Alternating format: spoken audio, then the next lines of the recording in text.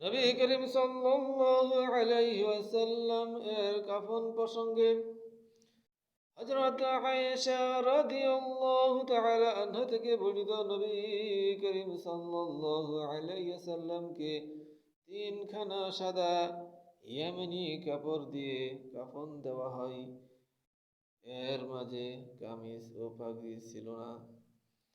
তখন আয়েশা রাদিয়াল্লাহু তাআলা আনহা কে বলা হয়, তারা লোকেরা ধারণা করে যে তাকে হিবারা নকশি চাদর দিয়ে কাফন দেওয়া হয়।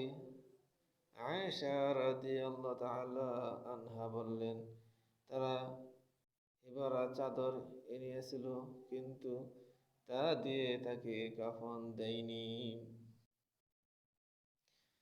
হযরত আব্দুল্লাহ ইবনে উমর রাদিয়াল্লাহু তাআলা আনহু থেকে বর্ণিত, তিনি বলেন, রাসূলুল্লাহ সাল্লাল্লাহু আলাইহি ওয়াসাল্লামকে ইয়েমেনি তিন খণ্ডক সাদা মিশ্রণ সাহুলি কাপড়ে কাফন পরানো হয়েছিল। হযরত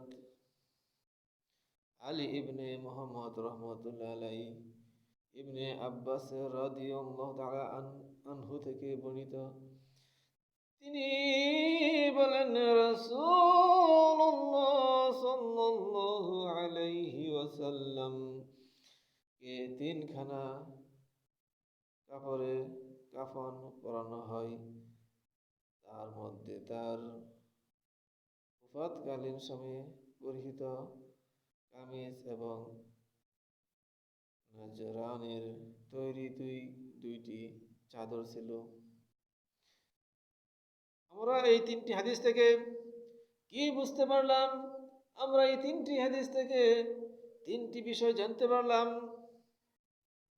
রাসূলুল্লাহ সাল্লাল্লাহু আলাইহি ওয়াসাল্লামকে তিনটি কাপড় দেওয়া হয়, কিন্তু পাগড়ি ও কামিজ ছিল না। আবার নকশি চাদরও ছিল না, কিন্তু আনা হয়েছিল সাদা মসৃণ সাহুলি কাপড়ে কাফন পরানো হয়েছিল। এই বিষয়ে এই হাদিসটি সুনান ইবনে মাজার 1000